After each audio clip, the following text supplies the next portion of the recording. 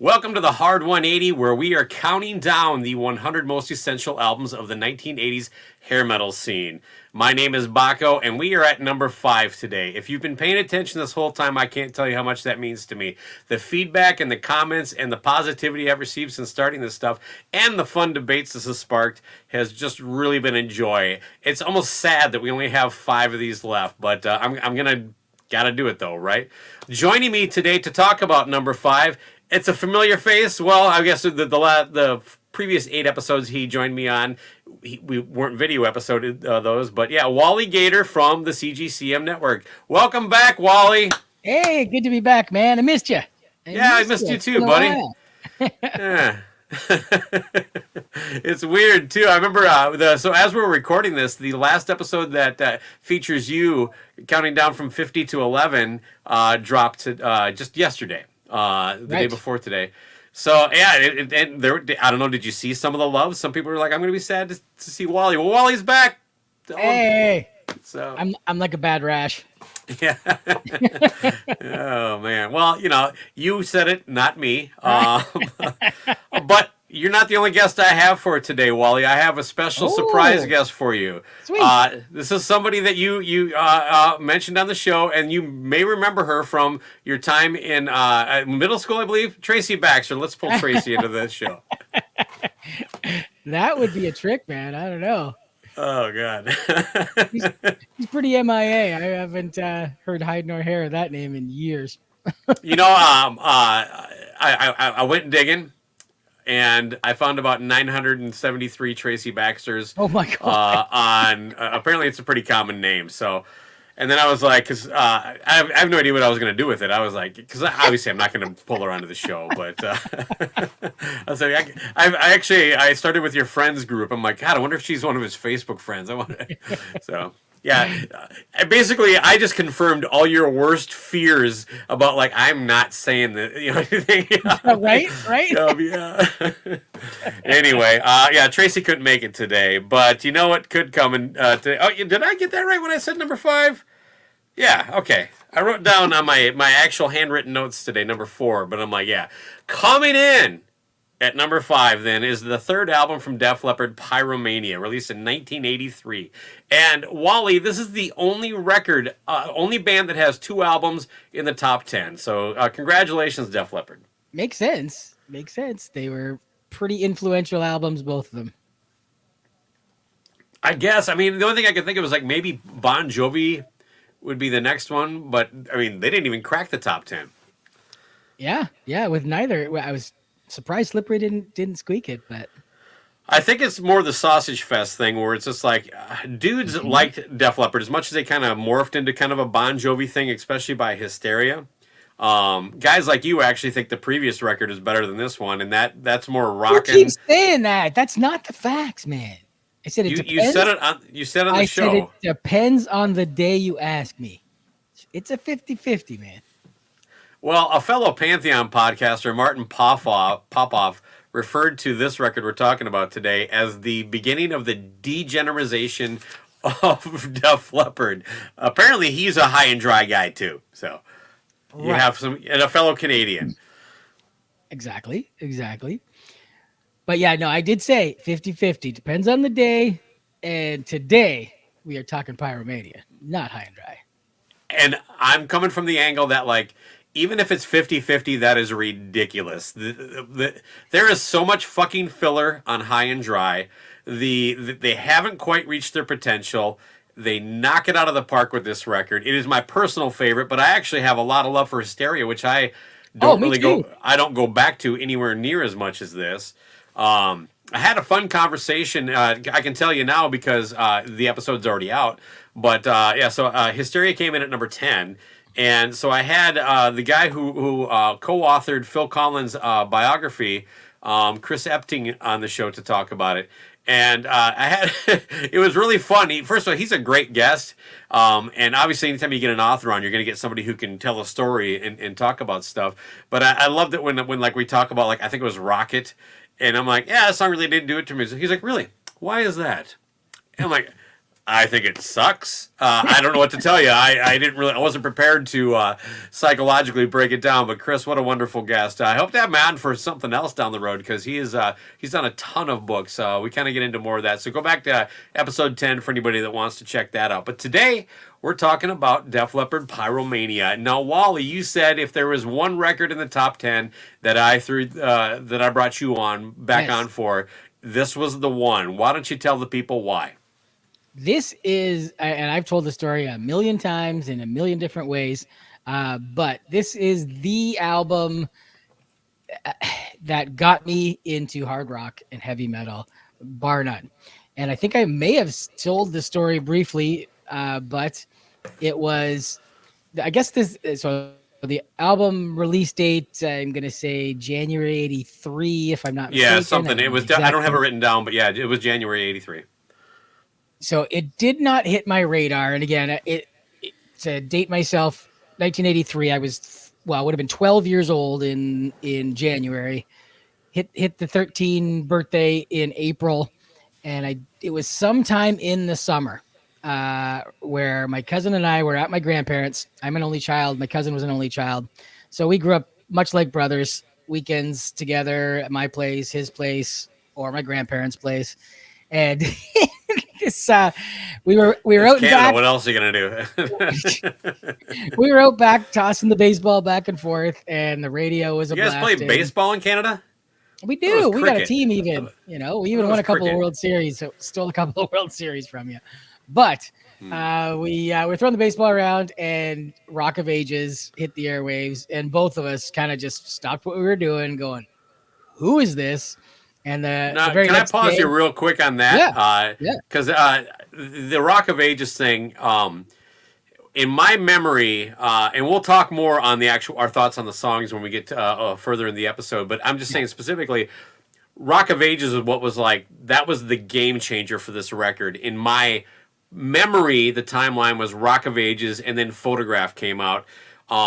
Because I heard Rock of Ages. I mean, look, there's some personal aspects to this. My dad was getting remarried, and I knew Rock of Ages, but I didn't know Photograph, and we got MTV, and then Rock of Ages was on, and then it seemed like Photograph was out. Doing research for this, Photograph was the first single, and not Rock of Ages. So I'm not sure what happened, but things were a little bit different then. A song could be a single, and it would still be played a year and a half later. But anyway, carry on with your story.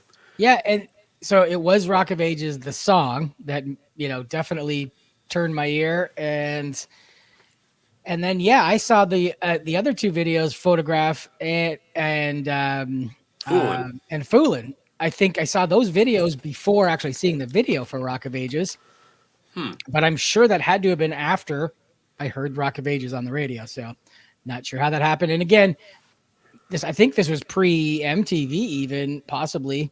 No, it was definitely after. No, MTV was a couple years ahead of this, but I have some thoughts on that too. But keep, just wrap up where you're going with this. But again, we didn't get MTV, so Much Music was the thing up there, and that came probably 92, 93. Did music videos even get played in Canada until the mid 90s? It was definitely later than this release, but we did have we could catch Friday night videos, which I think was an American, and I think it was on NBC, and there were a couple other shows like that that were just and then we had Toronto Rocks, which was a city TV music video show, but it was only 4 o'clock to 5 o'clock Monday to Friday. Wednesday, of course, was Midweek Metal Mania. That was the only day I would race home after my paper route, and or once we got a VHS machine. Actually, beta machine, to tell you the truth. I would record it. I would record it and watch it at my leisure. Cool. But yeah, this album absolutely was the starting point and the benchmark for all other albums for me as I grew my heavy metal record collection, or cassette collection, as I guess more specifically. Now, I was growing up. I had plenty of we could listen to the radio. We had a turntable. We had one of those big giant consoles that were right. Me too. My dad had 7 feet long. Record player in the middle. Weighed 5,000 pounds. Sounded like complete dog shit. Every record skipped. I had a little single microphone cassette recorder with a single speaker that I would lean up on my clock radio and record songs on. And so that was kind of how I would get my Kiss albums, a couple of Hall and Oates records, and then that was my experience, was leaning a lot on radio at the time too. And then of course my sister had her own music collection that I got to kind of tap into. But she had a boyfriend who had a buddy who had a proper stereo system, and he had this on vinyl, and he recorded on my little Memorex for me, side one, side two, direct dub from turntable to a cassette deck, not a single microphone. And to me, that was like, this is like professional, like. And so I had that fucker well before I ever actually owned a physical copy. And my God, it's weird because like when I think about like my timeline, I don't really factor this record in as much as I probably should, because it was like Metal Health, Rock of Ages, We're Not Gonna Take It, Round and Round, and then the Shout at the Devil record comes out, and I'm like, I'm gone. You know what I mean? Once I had that, I was buying as much as I could. I got a paper out, all that good stuff. But this record was like, for the longest time, just on a cassette that I my sister's boyfriend's buddy burned. I suppose it was my sister's friends too, but I don't know. So that's what I had, man. And man, this was just, this record, honest to God, again, we'll share my thoughts on the song. There's one tune that I find a skipper. Other than that, I'm good for the whole thing. Yeah. And you're probably gonna be a little mad when you find out which one it is. We'll see though. We'll see. Well, Mutt Lange is back producing this one. He did produce High and Dry, correct? He did produce High and Dry, and all right, a number of other little records you may have heard of around the same time. Are these fucking like Coney Hatch and goddamn Kick Axe and that bullshit? No. Mutt's a Canuck, isn't he? No, he's South African heritage, I believe. Oh, is his wife a Canuck then, or his ex-wife? What's her name? The country girl? Yes, she is. She is from I knew there was some kind of Canadian tie there. You bet. But go ahead. In that range of time frame, so before hitting Pyromania, we got Highway to Hell in '79, Back in Black in 1980, Foreigner 4 in '81, High and Dry in '81. You just keep hitting me with these like Killer Dwarves type nonsense every time this stuff comes up. So I was off my game there. Yeah, we've all heard of those records. They're not too bad either. For those about to rock. So you got 5 incredible rock. 4 and one that's okay. But I'm talking production.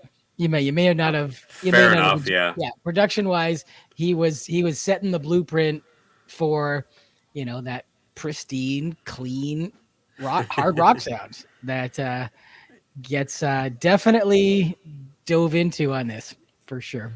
And exponentially more on Hysteria, but. Yeah, and they took it next level on Hysteria, and everybody's already heard the breakdown on how they did that. But they kind of started that whole process with this, right? Something that is very unique, especially in rock and roll, to like record the drums last. In other words, like all the music was recorded to a click track, and the reason he did that is kind of amazing, actually. And actually, I want to talk to you about one thing on Hysteria in just a second. But like, it allowed them to kind of change the arrangements of the songs. As far as like how it's laid out, as they went, where if you have the drum track first, you're kind of stuck with that, or you start from scratch. If you do the drums at the end, then you can kind of like, actually like continue to kind of tweak. We want to move the chorus here. We want to double the length of the bridge, and it's a lot, a faster turn time. So I appreciate the innovation there. But Wally, on the God, what song is it? It's on Hysteria. On that part where it goes, I want to know tonight, ding, ding, ding. You know those chords right there? Yeah. Those chords are recorded, like if you got like a whatever, you figure one string at a time. Yes. And that way there's no drag. It's literally a consistent attack, even though we're talking milliseconds of difference. Right. When I read that in Chris's book, I was like, my mind heard it right away and went, Of course, I can hear it. I can literally hear the difference that they got because they did that.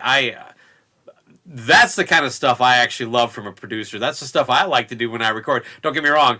I know I just compared myself to Michael Jordan, but I am a better basketball player than him. But no, I'm getting at that. I like the time-consuming kind of process of like, hey, what would happen if we just tried this?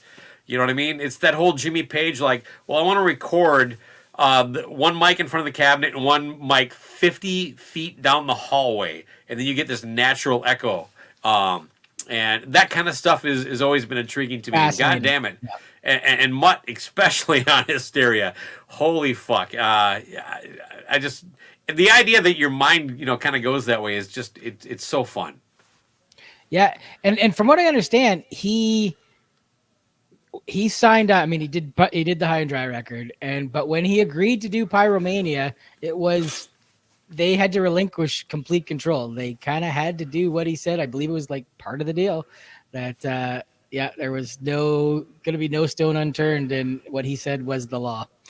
So, I never knew. I knew the process of Hysteria and how clinical that was, and there were all kinds of interviews and stuff like that. But I never knew until about a year or so ago that process happened with Pyromania, that they recorded it. Same. Yeah, I honestly had no idea. And to that, I don't relate to musicians who don't appreciate that, because Mutt's not saying everything I say is going to be right and perfect. He's saying we're going to try everything I want to try. And as a musician, why don't you want to try something? You know what I mean? Yeah. I've worked with a lot of different people, and look, I make fun of bass players and drummers, but the drummer that I worked with, actually both the drummers I worked with, were always willing to try, and they had their own feedback and stuff.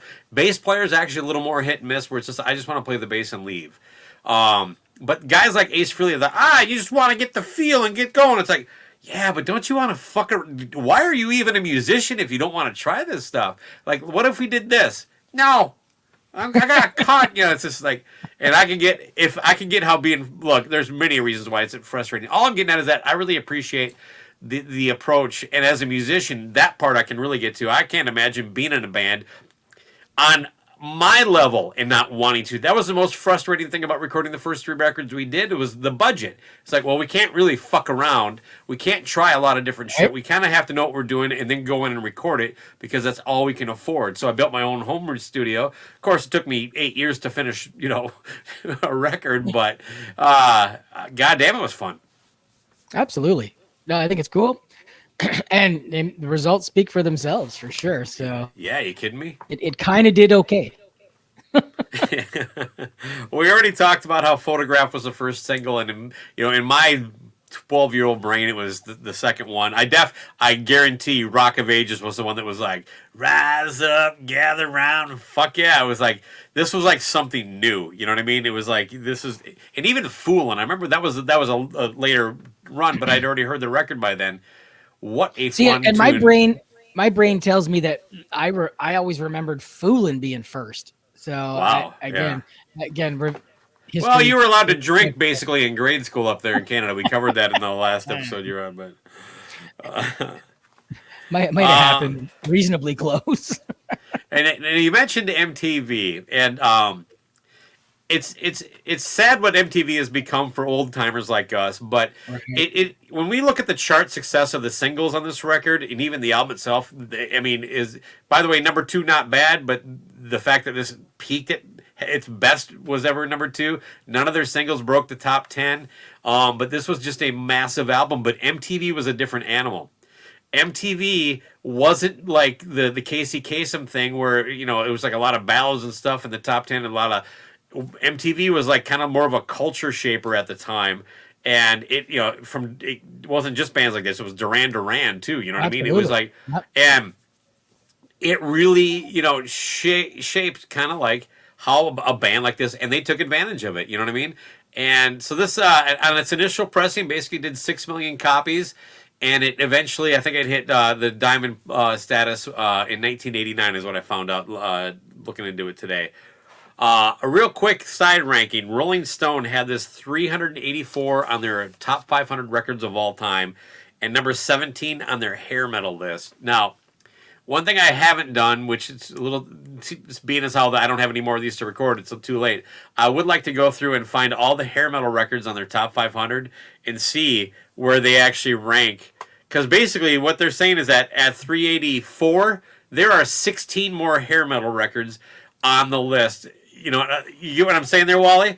Yeah. If Def Leppard comes in at 384 on the top 500, that includes everything from fucking Boz Scaggs to Led Zeppelin to the Beatles to Def Leppard, and they're at number 17 on the specific hair metal list, that means there are 16 hair metal records between 384 and number 1, and I don't think there are.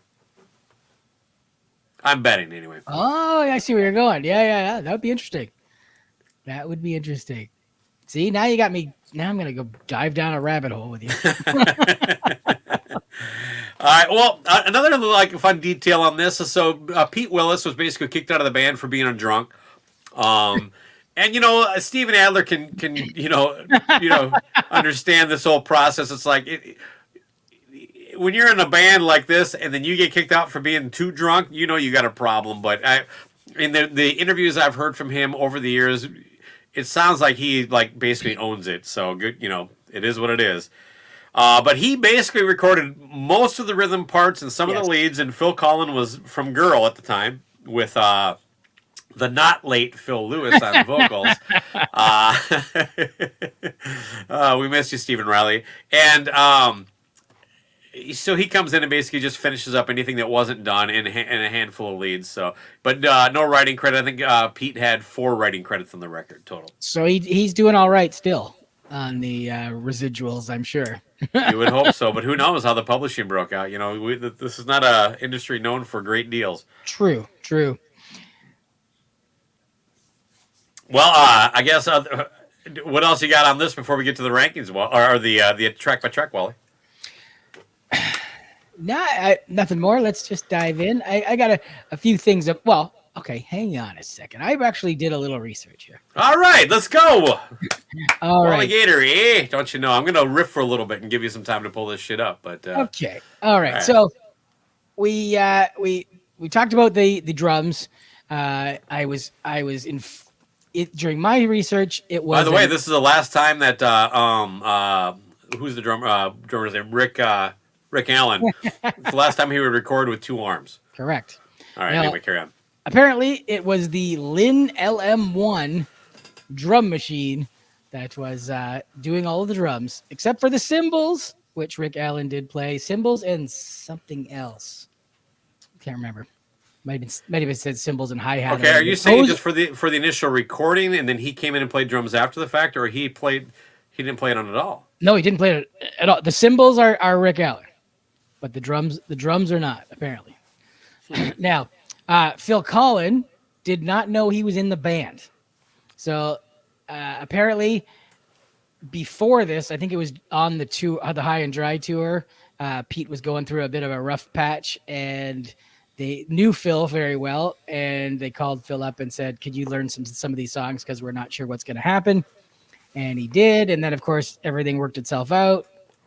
And it wasn't until later when Pete Willis was ousted that they had Phil come in, but they never actually had the conversation, and they literally recorded the album. He got to do a quote-unquote, Phil's words, all of the fun stuff, because all of the rhythm tracks were all done, and he just got to put flavor on top of everything, and he had a blast doing it. And then it was like, boom, we're on tour.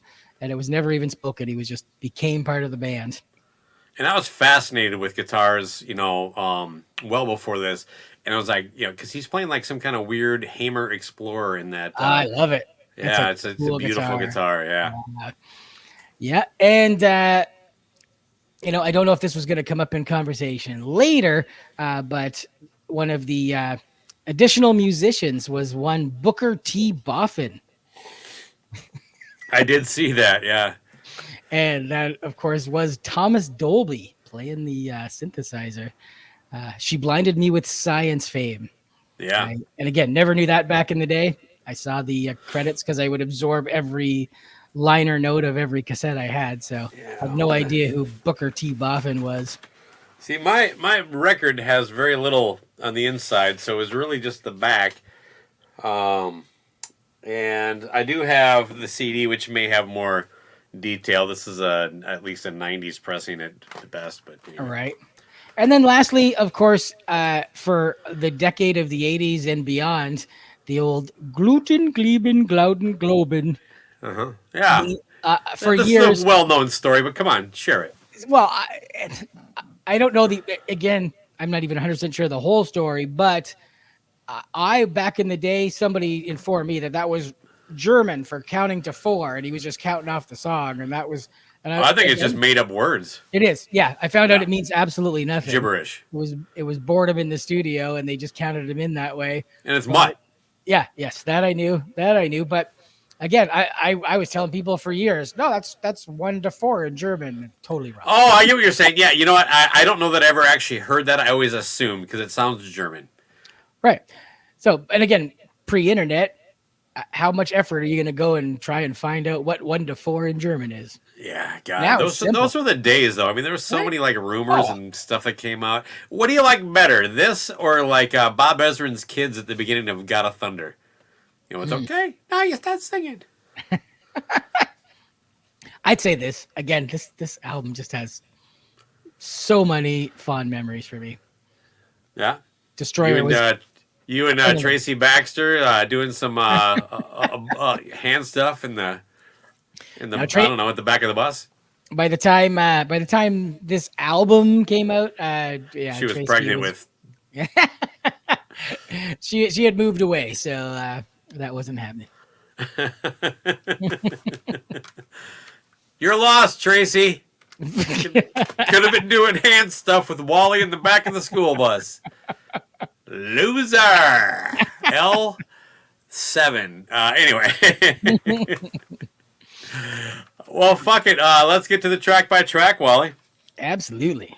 It opens with Rock, Rock Till You Drop. To this day, still one of my absolute favorite Def Leppard songs. Yeah, killer. And this was a single too, is it not? I don't know if it was an official one. If you want to hit the internet and find out, but I only saw the 3 singles. But I've definitely heard it on the radio. But you know, the radio stations that played it aren't the ones that are doing top 40. So. Right. Oh man, absolutely. Their opening riff and whatever that sound is right at the very beginning, it just absolutely grabbed my attention. Yeah. And then that riff is just absolutely killer. Love the song. What else can you say? It is the beginning of the wild ride that this album is going to be.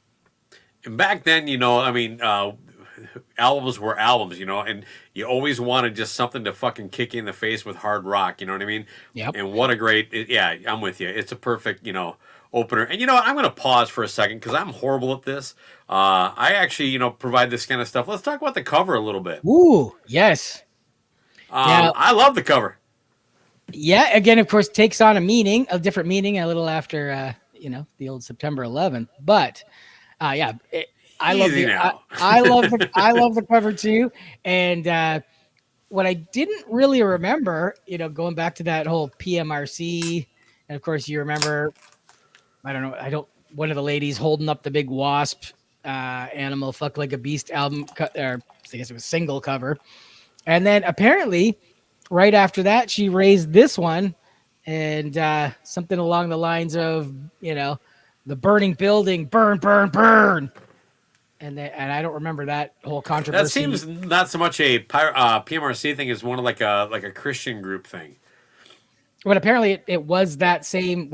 It was literally right after she held up the Wasp album. I don't remember seeing that or hearing that, but I don't either, really. I mean, maybe Dee Snider came in after that and showed him what's what. But yeah, no, definitely a very cool album cover in my mind. And you know, so yeah, we got like a sniper. This must be, looking at the explosion, this is not a rifle. This is like a bazooka. You know, I don't even know what they say.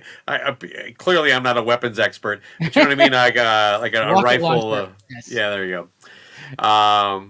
But yeah, and not enough has been talked about on this show today about the Def Leppard logo. The logos of these bands during this time were so fun. It's how I'd kill time in classes I didn't want to be in. You know, drawing them on my record that was from Rat to Def Leppard, Twisted Sister, obviously Kiss.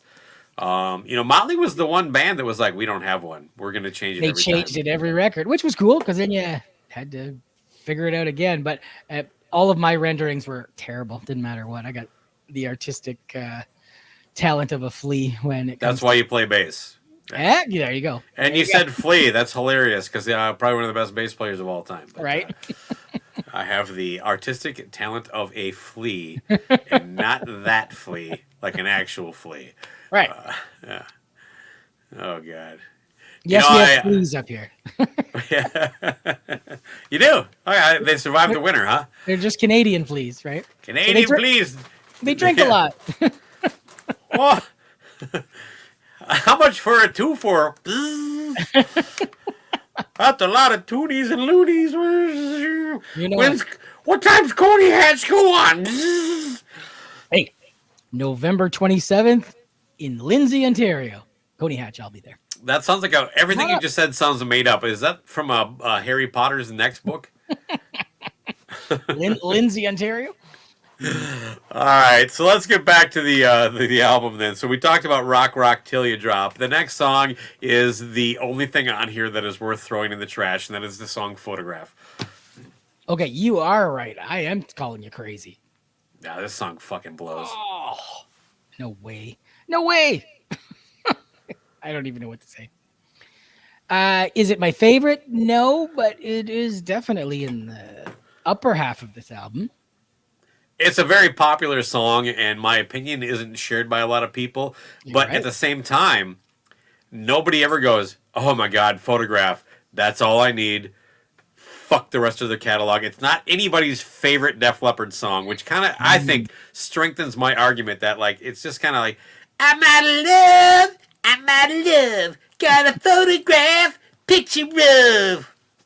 You know what I do find funny? The album about the ultimate woman that you can't have because they're no longer here, and of course it was made reference with, of course, the Marilyn Monroe stigma. But in a couple interviews I read, they mentioned both Marilyn Monroe and Jane Mansfield, which I thought was funny with Phil being in Girl with Phil Lewis and then the Ballad of Jane.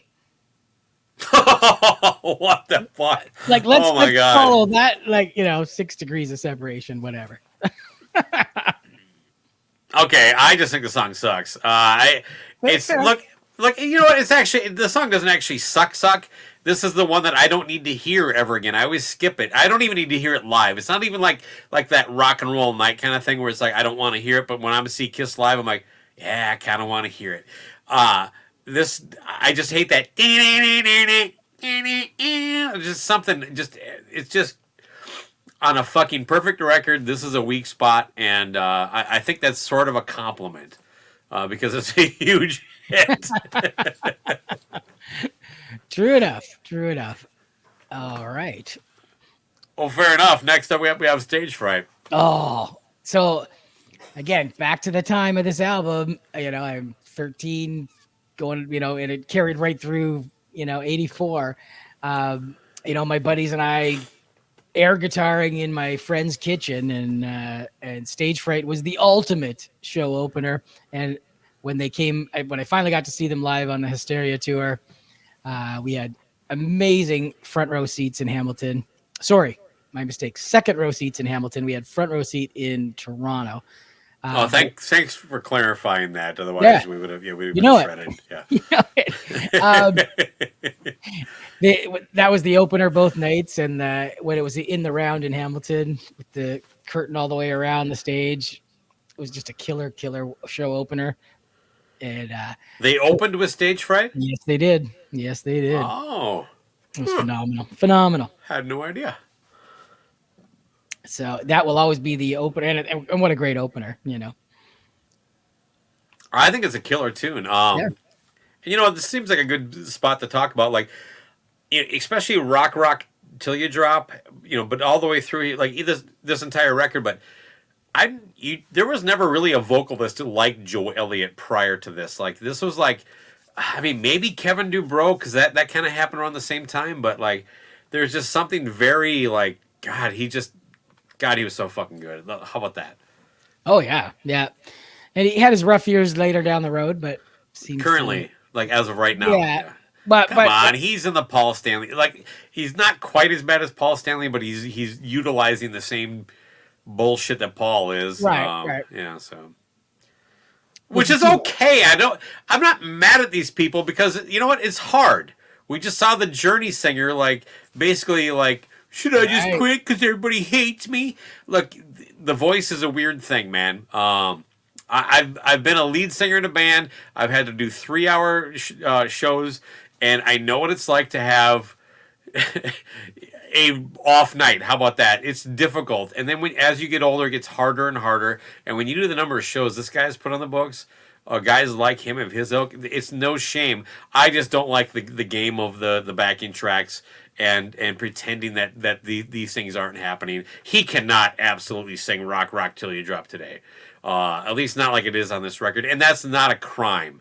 That's a fucking hard song to sing, man. And I'm just saying, when this record came out, what a motherfucker. Oh yeah, yeah. Killer band. And he probably wasn't thinking like, God, you know what? I hope I can do this for the next 45 years. Yeah. Right. No. Yeah, and it's funny. And then you got guys like Dio that just no warm up right till his dying day, right? Yeah, Smoke but a still, joint even with the him, street. like there is a transition. Look, he can still do it yeah. at the end, but it sounded different at the end than it did in '82, and that's okay. Ron Keel, a guy you and I both love. Yeah. I think I actually kind of like his voice better now than probably going back. I think he's actually learned. I think he sounds like a guy who's learning how to sing in the early Keel days, and now he's a guy who's been doing it for 30, 40 years. But he has a little more low end to it. He can't quite hit those. Leveled out a little bit, yeah, man, for sure. And so it's a different element, but you know, at least he like tries to adapt things to what he can still do. Whereas you know, it just seems like with Def Leppard, it's like I don't care if it's guitar parts, drum parts, backing vocals, or lead vocals. They're like just pump some shit in, you know, and it'll be fine. And I just don't have a lot of respect for that. But we're talking about this record, not the current system of touring for bands like this. Next up, we got track 4. Holy crap! When I first heard this, to me, this is like this is the kind of power ballad I like. Too Late for Love. This is to me, they're in it. You know, people will flog me for this, but this is kind of their Stairway to Heaven type of a song. And it is every bit. Trust me, I'm going to get more shit for the photograph take than that comment. But anyway, carry on. It's just a monster ballad. It's fantastic. Oh, so good. It's yeah. There's just nothing that's skippable there for sure. And the ballads at that time, you know, I would skip a lot of ballads, but yeah, not this one, and not most of theirs. They do good ballads, right through into Hysteria too. Typically, yeah. If we're stopping at Hysteria, I'm going to agree with you 100%. This like that part, especially you know how the beginning with that kind of like the wind and that sound stuff. Yeah. God, it's so good. But then like when they get to that like oh God, when he's like somewhere in the distance, God, it's so fucking cool. And then when they just do that, too late. And then it builds up to where the vocal, he can't hit anymore. Like, too late for love. And then the song just kicks in. Like, fucking amazing arrangement. And man, it has some fucking nuts there. What a fucking great tune. Yeah, hair stand up on my arms. Absolutely. Yeah. Yep. Just thinking about it right now was doing it for me. But the side 1 ends with Die Hard the Hunter. What do you got here, Wally? Okay, so this again, looking at what Wikipedia says is the singles and versus the not singles. So it's half and half. Right? Okay. Because they had Rock Till You Drop as a single. Was it be like number 4 then, or? I get maybe. Again, I don't really remember it as. Wikipedia doesn't say when it came out as. No. Okay. Maybe if I did more digging. But. Wikipedia does a lot of singles where they're like, yeah, they're European singles, or this was a single in, you know, right? Yeah, so maybe. But so and America is the only country that counts, so that's what I go by. So you know, Stage Fright was never a single, but it had that perfect show opener, and it got so much play. So Die Hard the Hunter is really the first, deep track, I guess, that as far as you can call them deep tracks. But Huh. still, I love it. Great song. You got the We're and counting down, Wally. So Stage Fright is a deep track. yeah. It is a deep track, but again, it because it got so much play with me and my friends. We would do our air guitar concerts, and that was always the first track, right? So we would we put that right up front. Nerds. So yeah, of course. So this was before we got our real guitars. Um, we just pretended. And my dad was a school janitor, so he would let us into the school. We had like full use of the gym. So after we got tired of playing ball hockey and what have you, we'd go on stage and crank the Ball hockey, the huh? ghetto You don't blaster. say. And we'd crank the stereo and run around the stage like we were rock stars. It was I quite fun. assume ball hockey is slapping like a tennis ball around the ice. Well, tennis balls were too bouncy. We actually have hockey balls up here, and they hurt, especially when you play outside with them. I've definitely heard a case of hockey balls is one of the most painful things you can get. Yeah, they hurt, so- man. No, we play a game called Skippy Ball down here, which is basically just hockey with a tennis ball. Yeah. Yeah. Oh, usually it's outside on the road, in which case it'd be road hockey. Oh, that's right. You can't skate. I forgot. I can skate. Yeah, it doesn't sound like Not you running well. around the street fucking hitting a Not ball. well. Well, yeah, but you didn't need any equipment other than the stick, so you just ran out and and that You was ran what? I You was ran I what? was often ran around with the with the hockey stick and slapped hockey balls at each other with no equipment. I didn't have goalie equipment. Coming home, Mom, I got a bad case of hockey balls. Uh, Make some tea. right. What do you guys drink up there? Is it tea? What do you do? What do you drink for a case of hockey balls? Or how much is a case of hockey balls? Is it 14 toonies and 12 loonies? Something like that. Something like that. All right, let's get back on track. Die Hard the Hunter, again, this is to me a perfect album. You're not gonna get complaints here. But is it? I would say it's Wait for the YouTube comments. You're gonna get some complaints. Yeah. Yeah. It's to me one of the. It's a perfect spot because it ends outside one. Yeah.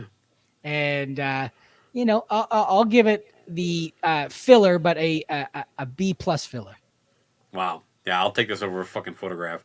All right, let's flip it over. Foolin'. To me, well, I'll let you lead here. What do you got on Foolin', Wally? It's perfect. It's perfect. Again, for some reason remember this video first, and again, I'm probably wrong on that. Video cheesy as hell. You got the big glowing sword and which I thought was ridiculous, but it was. And then Dio was like, "Hold my beer" and release Holy Diver. Yeah. It was of its time, and but man, oh man, that track was just awesome, and yeah, got nothing more. It's just such a unique song, even that foolin'. Yeah. Ow! It is kind of like one of those parts where what kind of drew me to this record was that it was like I was hearing a kind of new type of music for the first time, and it just 100%. This is a perfect song, and it's a great way. You flip that fucking record over and like, man, now we're off and running again. Yeah, It doesn't. Where do the hockey balls give in, man? So, all right. Well, the next track, I think we both already tipped our hand that this is the one that, flat out, this was the game changer. You know what? I don't give a fuck what anybody says about Photograph or the order of this stuff. This was the one culturally wise that put 100%. Def Leppard on the map. Rock of Ages. This was the pour some sugar on me of the Pyromania. Damn right. Yeah, 100%. And again, kind of a new, like even the Untergleben, Gloppen, Globen, and then like the rise up, gather round, rock this place to the ground. That doesn't really ever really come back, and it's just kind of like the structure and the way this song is laid out is just amazing. I love it. It's the anthem of anthems, and man, it just. What do you want? Again, I've seen them do it live many times, but it's I wish I had been able to see this tour. I want rock and roll. Yeah, yes I do. Yes, I do. You were a little late there. Yeah. Yeah, are you kidding me? And even the guitar solo on here, now? Do we know that this is one that Phil actually played on? I'm pretty sure he laid down all the solos, if I'm not mistaken. But I think Pete played some. Oh, okay. Again, that would be. Phil just finished whatever he didn't get done before he got fired. Okay, all right. But yeah, I'm gonna give it to him. He does it really cool in the video with that fucking hammer I was talking about a little while ago. So fuck it. Absolutely. Yeah. Hey, by the way, a little love for Steve Clark. I think his rhythm playing and because he wasn't much of a lead guy, right? No, he was. But man, oh man, heart and soul of this band, if you ask me. The joke is every time the camera would go by, he'd raise the guitar up. Yeah. Right? Well, look at the guitar. As a guitar player, by the way, that guy had a probably better, as good as Paul Stanley, if not better, what I call the guitar to crotch ratio. I don't know if we've covered that, but the guitar, the more your crotch, the higher away from your crotch is bad. So if you can actually see white space, like white space between like where the bottom of your balls are and the top of your guitar, you're on 11 out of 10. The further up you go is the worst. So that's a Baco invented term, guitar to crotch ratio. Steve Clark fucking knocked it out of the park. And yeah, you're right. But these 80s metal hard rock bands, the videos, I'm more blaming the video producers, right? Like, especially Bon Jovi was really bad at this. It was like anytime Richie Sambora was shown playing a lead, he was playing nothing close to what you were hearing. It was like, why do we? And Steve Clark was like, you're right. He was just swinging that fucker up, and yeah, but he was a goddamn rock star, man. 100%. Any more on Rock of Ages? No, it's been tapped. I love the next song, fucking Coming Under Fire, baby. God, this is probably my second favorite song on the album, and far and away the best non-single. Wally, hold on a second. I'm sorry. Chuck is making things difficult. And Chuck. I want the listeners to meet Chuck. Absolutely. We've heard about you. You destroyed my list. Hello, everybody. I'm Chuck. No, please go see Mommy. Anyway, sorry to interrupt you. Yeah, Coming Under Fire, fucking great. Absolutely. And did you see the video of I don't know whether it was the Stern Show or it was fairly recent. They brought the song back in. Yes, I did. Oh, it sounded me. I was like, oh my God, they're playing this. I get so unexcited to see this band dig up anything deep at this point, though. I don't buy whatever. But that was a good version. I would have bought that. Yeah, okay. No, man, I'm so excited to hear that song played live. It is. Well, it would have been nice to if it was live. Right. Well, I'm pretty sure that was close on the Stern Show. Actually, you're not wrong. It's a little more stripped out on there, and then they did a decent job. But yeah, and I'm such a snarky asshole. It was really cool, Wally. I'm sorry. I 100% agree with you. And I never thought about it. I never thought about ranking these tunes, but this has got to be up there with me with Rock of Ages. I love this tune. You got me coming under fire. Oh. And again, you talked about, back then it was albums. And I mean, for me, it still is. But same. It was like I've listened to this thing so many times, and I mean, it goes for a lot of these albums that we've talked about in the Hard 180. But my brain just you hear that one song, even if it's in a playlist on its own, and like my brain's going, oh, Coming Under Fire's next, and and this is definitely that kind of record where it's like it almost goes back to the vinyl age, even though for me it was cassette, but it was like 1, 2, 3, 4. There is no like jumping around. You know what I mean? Yeah, absolutely. All right. Well, next up we have Action Not Words coming in side 2, track 4. And for me, I love the song, but it's ranked in there with the Die Hard, the Hunter. It's lower end of the spectrum for this absolutely perfect album. Yeah, to me, Yeah, I'm with you. I like Die Hard the Hunter a lot better than this. I didn't really, I love Die Hard the Hunter. I think it's a great tune.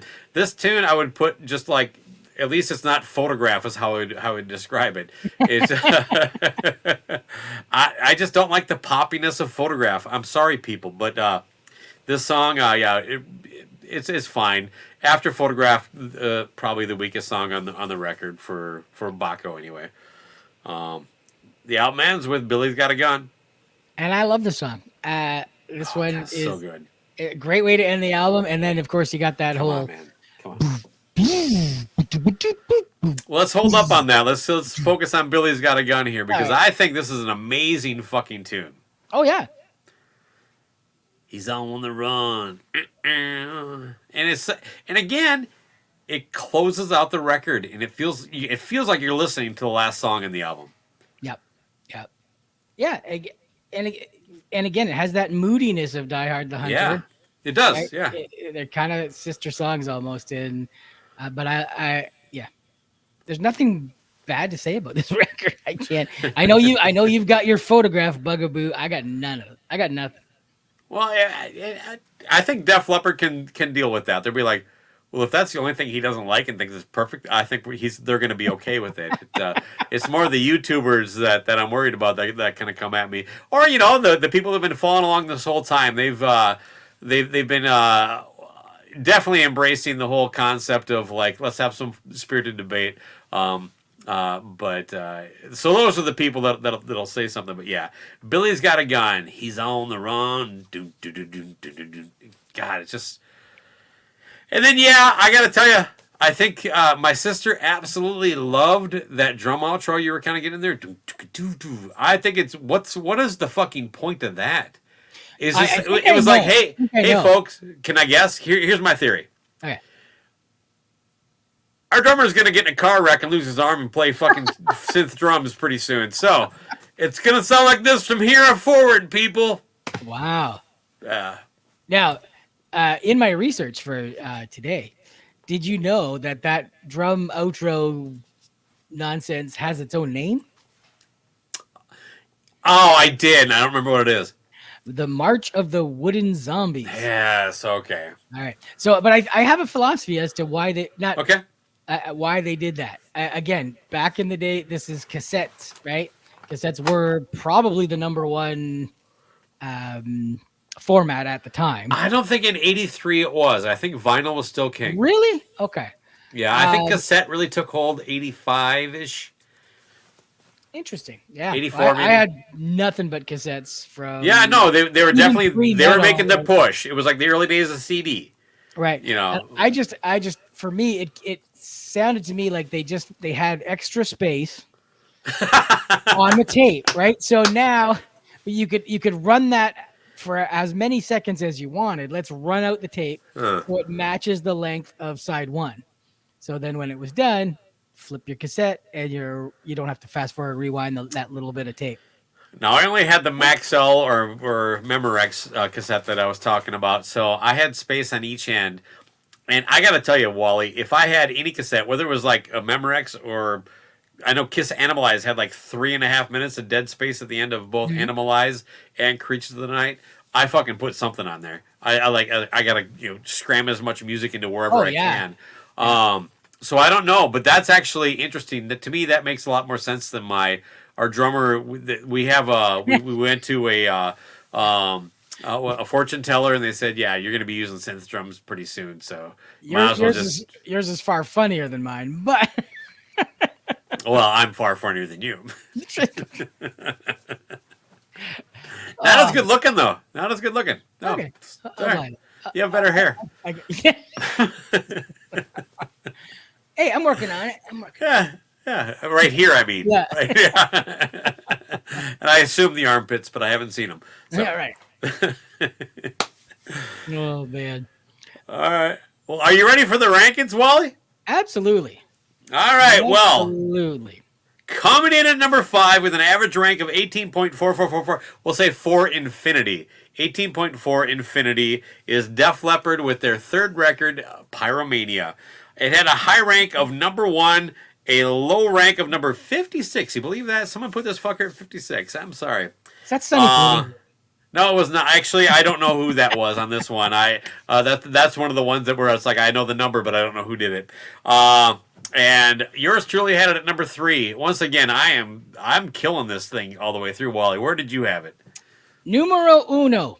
So you're one of the ones. This had more than a one number one, but I think I misspoke a while along with that there was only one record that had more than one. There's a bunch of records that had more than one. So, but it's trying to keep these numbers straight. I'm not the most organized guy in the world, so I apologize, people. But yeah, I and again, if you remember, my Quiet Riot Mental Health was number 2.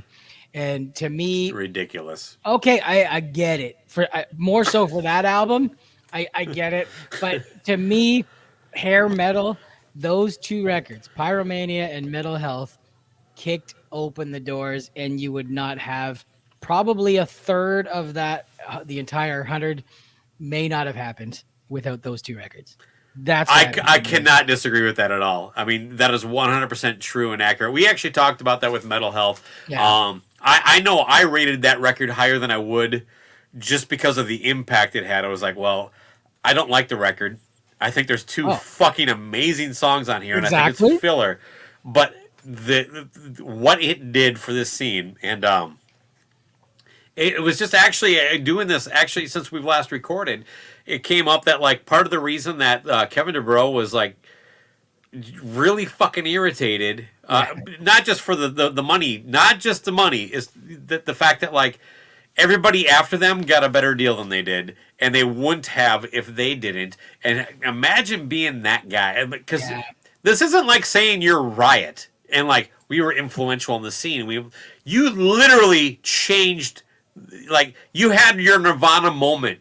I mean, and you don't get the paycheck, fucking this guy does. And everybody that came after you got a much better fucking, like, more equitable deal for the artist than they got. And you know what? That would fucking piss me off, man. Sure. God damn it. I don't know. I would be fucking bitching about that till I fucking died.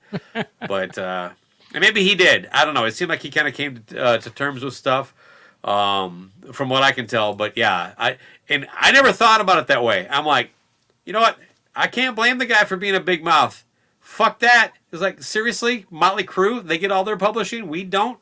Twisted Sister, you guys were a fucking cover band for a decade until we fucking came across. Fuck you. At the same time, they don't sign that deal. They probably don't get that record deal, and that never happens, and we're probably not having this show. So I don't need... What do you do, Wally? Well, I recommend, putting those albums back on, and let's rewind the clock, because man, this has been a blast, and I have gotten to listen to so many albums that I haven't heard in years. So again, I thank you for inviting me for this ride. Of course, knowing you over the years, leading up to this, I knew, like, well, I wanted to have somebody that was, at least that I trusted his familiarity with the scene. So I really appreciate the time and effort you put into that. And of course, whatever, all that blah blah friendship bullshit. But to everybody who's listened along the way, we have 4 records left. 4, baby. We're counting down. We're almost there. And I want to really thank everybody once again for all the positive comments, all the feedback, all the negative comments, all the things you've thrown at my way. And it even, like, when you say something nice about Wally that seems like a cheap shot at me, I like that too. Just keep it coming. And we got 4 records left. And thank you, everybody, for, I don't know, again, just everything. Until next episode, where we get to number 4, here is your moment of leave. Oh,